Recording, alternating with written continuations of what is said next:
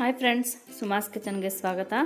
ಇವತ್ತಿನ ದಿನ ನಾವು ಎಲೆಕೋಸಿನ ಪಲ್ಯ ಹೇಗೆ ಮಾಡೋದು ಅಂತೇಳಿ ನೋಡೋಣ.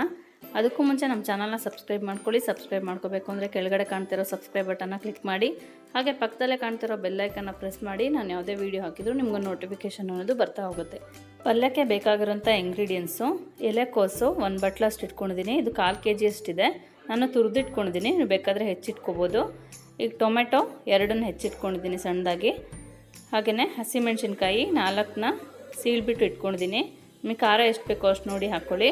ಹಾಗೆ ರುಚಿಗೆ ತಕ್ಕಷ್ಟು ಉಪ್ಪು, ಉದ್ದಿನಬೇಳೆ ಒಂದು ಅರ್ಧ ಚಮಚದಷ್ಟು, ಹಾಗೆ ಅರಿಶಿನ ಒಂದು ಅರ್ಧ ಚಮಚದಷ್ಟು, ಕಡಲೆಬೇಳೆ ಒಂದು ಅರ್ಧ ಚಮಚ, ನೀರು 3/4 ಲೋಟದಷ್ಟು ಇಟ್ಕೊಂಡಿದ್ದೀನಿ, ಆದರೆ ಪೂರ್ತಿಯಾಗಿ ಹಾಕಲ್ಲ. ಸಾಸಿವೆ ಅರ್ಧ ಚಮಚದಷ್ಟು, ಎಣ್ಣೆ 4ರಿಂದ 5 ಚಮಚ. ಇವಾಗ ಹೇಗೆ ಮಾಡೋದು ಅಂತೇಳಿ ನೋಡೋಣ. 4ರಿಂದ 5 ಚಮಚದಷ್ಟು ಎಣ್ಣೆ ಹಾಕ್ಕೋತಾ ಇದ್ದೀನಿ. ಎಣ್ಣೆ ಬಿಸಿ ಆದಮೇಲೆ ಅರ್ಧ ಚಮಚದಷ್ಟು ಸಾಸಿವೆ ಹಾಕ್ಕೊಳ್ಳಿ. ಸಾಸಿವೆ ಚಟಪಟ ಆದಮೇಲೆ ಕಡಲೆಬೇಳೆ ಮತ್ತು ಉದ್ದಿನಬೇಳೆ ಹಾಕ್ಕೋಬೇಕು. ನೀವು ನಿಮ್ಮ ಮನೇಲಿ ಡಿಫ್ರೆಂಟಾಗಿ ಏನಾದರೂ ಎಲೆಕೋಸು ಪಲ್ಯ ಮಾಡಿದರೆ ಅದನ್ನು ಕಮೆಂಟ್ ಮೂಲಕ ತಿಳಿಸ್ಕೊಡಿ. ಹಾಗೆಯೇ ಹಸಿಮೆಣಸಿನ್ಕಾಯಿ ಖಾರಕ್ಕೆ ಎಷ್ಟು ಬೇಕೋ ಅಷ್ಟು ನೋಡಿ ಹಾಕ್ಕೊಳ್ಳಿ. ನಾನು 4 ಹಾಕ್ಕೊಂಡಿದ್ದೀನಿ. ಇದನ್ನು ಸ್ವಲ್ಪ ಕೈ ಆಡ್ಕೊಳ್ಳಿ. ಇದು ಚಪಾತಿಗೆ, ರೊಟ್ಟಿಗೆ ಎಲ್ಲ ಚೆನ್ನಾಗಿರುತ್ತೆ. ಹಾಗೆ ಟೊಮೆಟೊ ಹಾಕ್ತಾಯಿದ್ದೀನಿ ಇವಾಗ. ಇದನ್ನು ಕೂಡ ಸ್ವಲ್ಪ ಮೆತ್ತಗಾಗೋಷ್ಟು ಬೇಯಿಸ್ಕೊಳ್ಳಿ.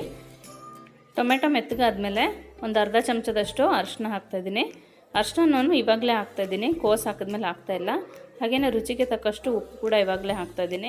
ಏನಕ್ಕಪ್ಪ ಅಂದರೆ ಕೋಸು ಹಾಕಿದಾಗ ಒಂದು ಕಡೆ ಹತ್ತುತ್ತೆ, ಒಂದು ಕಡೆ ಹತ್ತೋದಿಲ್ಲ ಉಪ್ಪು. ಹಾಗಾಗಿ ಫಸ್ಟ್ಗೆ ಉಪ್ಪು ಹಾಕ್ಕೋತಾ ಇದ್ದೀನಿ.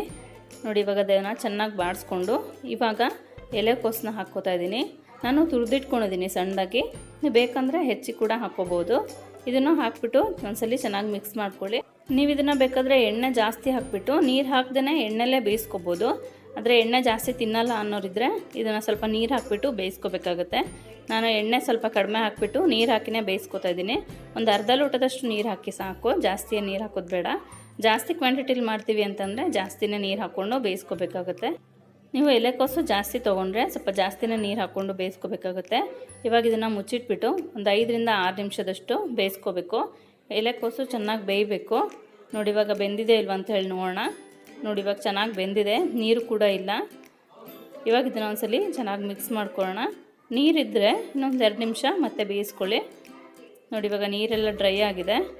ಇದು ಚಪಾತಿ ಮತ್ತು ರೊಟ್ಟಿ ಅಲ್ಲದೇ ಬಿಸಿ ಬಿಸಿಯಾಗಿ ಅನ್ನದ ಜೊತೆ ಕಲಿಸ್ಕೊಂಡು ತಿನ್ನೋಕ್ಕೂ ತುಂಬ ಚೆನ್ನಾಗಿರುತ್ತೆ. ಇದಕ್ಕಿವಾಗ ಕೊತ್ತಂಬರಿ ಸೊಪ್ಪು ಹಾಕ್ಕೋತಾ ಇದ್ದೀನಿ. ಕೊತ್ತಂಬರಿ ಸೊಪ್ಪು ಆಪ್ಷನಲ್ಲು, ಬೇಕಂದರೆ ಹಾಕ್ಕೋಬೋದು. ನೋಡ್ತಿರಲ್ಲ ವೀಕ್ಷಕರೇ, ಎಲೆಕೋಸು ಪಲ್ಯ ಹೇಗೆ ಮಾಡೋದು ಅಂತೇಳಿ. ನೀವು ನಿಮ್ಮ ಮನೇಲಿ ಟ್ರೈ ಮಾಡಿ ರುಚಿ ಹೇಗಾಗಿದೆ ಅಂತೇಳಿ ಕಮೆಂಟ್ ಮೂಲಕ ತಿಳಿಸ್ಕೊಡಿ. ಹಾಗೆಯೇ ಫೇಸ್ಬುಕ್ ಪೇಜ್ನ ಲೈಕ್ ಮಾಡೋದು ಮರಿಬೇಡಿ. ವೆಬ್ಸೈಟ್ ಪೇಜ್ ಕೂಡ ಇದೆ.